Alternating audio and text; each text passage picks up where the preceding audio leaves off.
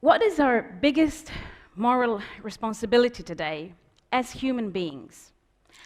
I asked this question to my family and friends, and my children said straight away, fighting climate crisis and wildlife collapse, and ensuring a habitable planet for future generations. My husband and my best friend both had a slightly different answer. They said we need to rediscover empathy and respect for all living beings and our planet. And my answer would be quite simple. Our biggest moral responsibility is to take action, because we have very little time left to confront these critical issues which all have a massive impact on our planet's capacity to sustain all forms of life, including human. And I know you can all say taking action requires time. And we all have excuses. Our jobs and studies and family life and social media take up so much of our time that we have very little, possibly no energy left for anything outside the routine. And yet, faced with an existential threat, we need to find time, no matter how little. When my children hit the teenage years, naturally they started thinking and asking questions and discussing their future. And they are part of the generation which is fully aware of this existential threat, a generation demanding change through school strikes and climate marches all around the world, often with slogans like this: "When I grow up, I would like to be alive." So, realizing that our future, my children's future, is so compromised made me feel really anxious and powerless and ultimately angry. And what made the situation even worse was the fact that most people around me would never discuss any of these issues. They were having this business as usual approach, talking about their jobs or university options or making holiday plans, as if everything will remain the same in the next 10 years. Not considering at all the fact that the wildlife collapse is already well underway. The global extreme weather events are happening everywhere, and soon we'll be facing food and water shortages and mass climate migrations. I mean, it's crazy. So what did I do to stop feeling so anxious and powerless and angry? I decided to take action. I realized that no matter what I do, no matter how small or insignificant it may seem, is better than doing nothing. First, I introduced some changes in our family life, like eating less meat and dairy, and the easiest one, reducing our waste footprint, especially the plastic waste. And seeing our rubbish bin half empty week after week, while at the same time creating this beautiful, rich compost out of our organic waste, made me feel again thrilled and empowered, and I wanted to do more. And so I started proposing similar changes in our school. And after achieving first positive results, I decided that I could and that I should do more. So I started a small non-profit organization that would focus on educational programs about the environment in local schools in my community.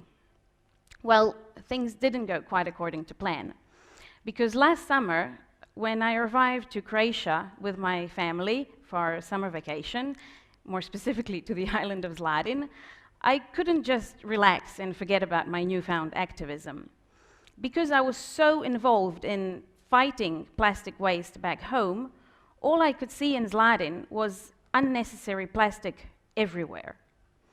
And yes, I became that annoying friend that when you're showing her your recent holiday pictures, sunset, beach bar and all, the only thing she can say is that a plastic straw in your cocktail? Or is that a plastic bottle that you're holding? So naturally, when the opportunity to write a project for the Adriatic Plastic Challenge presented itself, I took it. With the support of local authorities and businesses, I submitted a project to ban single-use plastic on the island. And yes, there were some critics saying it's a futile or insignificant project. Luckily, I chose to ignore them. And along this way, I met wonderful, creative, and receptive people. I learned lots of new skills, and I literally jumped out of my comfort zone. But the most important thing that I learned is the power that each and every one of us has to initiate a positive change. And I know that some people find this hard to believe, and they say, I'm too small to make a change, or what difference does it make if I stop flying, or if I stop eating meat, or if I stop buying plastic bottles of water? Well, it's true when you think about the fact that only 100 companies are responsible for 71% of global greenhouse gas emissions, or that, depending where you live in the world, up to 70% of plastic pollution can be traced back to only 10 major multinationals. You can feel small and insignificant. But ask yourself this: why do these companies exist? They exist because we live in a world where we all depend on them through transport, energy, construction, agriculture, even entertainment. And we have the power to change that system, because our society became so engrossed in wanting to produce and have more things that we completely lost our true human nature, which is to love, respect, and marvel the world around us, be part of nature, not destroy it and exploit it for short-term profit. And sure, laws exist, and they're an important foundation of our societies, but they do not evolve fast enough to confront these systemic threats that we are facing. Why? Because short-term political cycles stand in the way of any radical change. And that is why we need to take action. We need to start changing these narratives, and we need to initiate a great systemic change needed for the survival of all of us. Because humans are highly social animals, and we like copying each other. So one person can set an example for his family and friends. One person can inspire others, gather a group, or even start a movement. The possibilities are endless. And one small action from one person can grow and multiply and extend into a large-scale initiative. I know that with my small team, we touched many others. And to demonstrate how this works, I would like to show you a picture of a wildflower meadow. To create it, you need a mix of wildflower seeds, adequate weather, soil, the right conditions. And once you sow your seeds, the magic begins. Some flowers will come out and bloom immediately, the following month or two. But others will stay dormant throughout the winter, and they will only come out the following spring or summer. And this is how I see the people and communities that we can touch with our actions. Some will take them on board immediately and start introducing changes in their lives and in the lives of people around them. But others take a bit longer. And the Zlarin Island example is one where everything fell perfectly into place. After writing and submitting the project, I gathered a small team, and we won the first prize at the Adriatic Plastic Challenge. Our story generated lots of media attention and inspired others to undertake similar actions. And in the past 9 months, we signed a chart with all local businesses and associations to ban single-use plastic. We helped them implement and find more sustainable solutions, and we created lots of educational and promotional materials. We organized various workshops for the summer. We applied for new grants and projects, and we even entered a special waste management program for small islands with the NGO Smilo. And last, but not the least, with all these partners, we created a video that will be released in a few days with the aim to raise awareness about the plastic problem solutions and obviously everything that we can do about it. But sometimes this process can take a bit longer, and this is what I experienced in my children's school. When I first joined the school committee 3 years ago, we were organizing great, fun events that were generating lots of money for charities, but also lots of waste. And due to lack of volunteers, we weren't sorting or recycling, and there was an abundance of single-use plastic, and generally little consideration was given to environmental issues. So I started by organizing a small team of students that was in charge of sorting and recycling.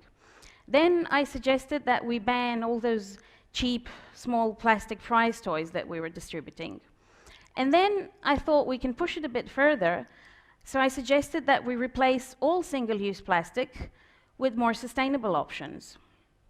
And sure, it wasn't always easy to get that message across, and to be honest, most of the time I felt like a killjoy, always pointing out that this or that is not sustainable or not environmentally friendly. However, the school committee always took my suggestions on board, probably because it was the only way to get me to shut up. So, fast forward to our next school event in 2 weeks. Not only it will be completely plastic-free and there won't be any bottled water, but it will also be completely themed around the environmental issues: deforestation, plastic pollution, habitat loss. Fun, right? But the best part of it for me is that the idea didn't even come from me. It came from committee members who 3 years ago wouldn't even mention things like plastic pollution or deforestation, let alone in the same phrase with school summer fair. So this is how all our actions, like a beautiful wildflower meadow, eventually come through when the time is right. Because since we started the Plastic-Free Zlarin initiative, we got lots of contacts and phone calls from various businesses and associations offering partnerships or exchanging ideas or even initiating new projects. And the same thing happened in our school as well, when parents and teachers realized that we are weaving these environment issues through every school event. They came up with more ideas on how to deal with these issues. So the seeds keep spreading. And I hope that by now you are starting to realize that you too have a great power to initiate change. A power that starts with small individual actions, but ultimately grows far beyond that. Because we need to consider all our actions and choices that we make in respect to the impact that they will have on future generations. What do we want from life? Do we just want to work and make the economy and the GDP grow and keep the capitalist system running? Or should we maybe grow more empathy and respect and social justice? Do we just want more things, more gadgets and screens and toys and cars and clothes and unsustainable food and plastic water bottles and more pollution and more waste? Because that inevitably means less resources, less wildlife habitat, less fish in the ocean, dried up lakes and rivers. Our actions and choices need to change these narratives.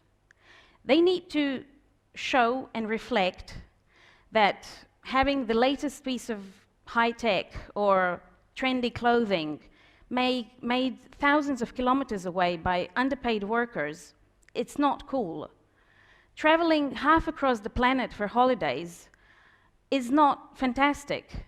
And generally speaking, the destructive, predatory behavior promoted by our consumerist society is plundering our planet's resources far beyond any sustainable level. Imagine societies that put more value into clean air and clean water and fertile soil than they do into the latest high-tech and 5G. Imagine that the coolest thing you can do on any given weekend is to sit and observe a stream full of wildlife rather than stream movies on our screens.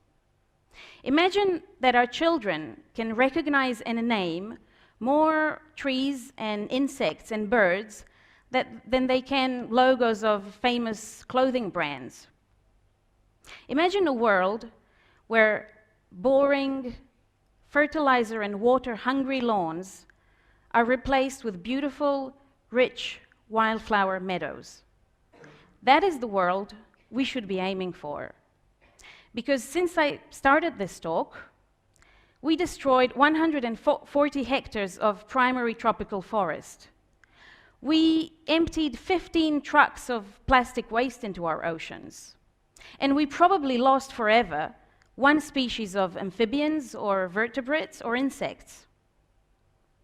So, given this context, and knowing that social media at the same time probably gained a few more influencers trying to sell us stuff that we don't need, further depleting our resources, what do you think, what is your biggest moral responsibility?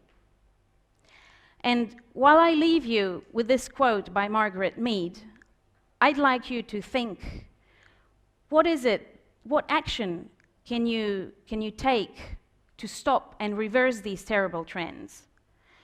What action will you take to change these narratives? Thank you.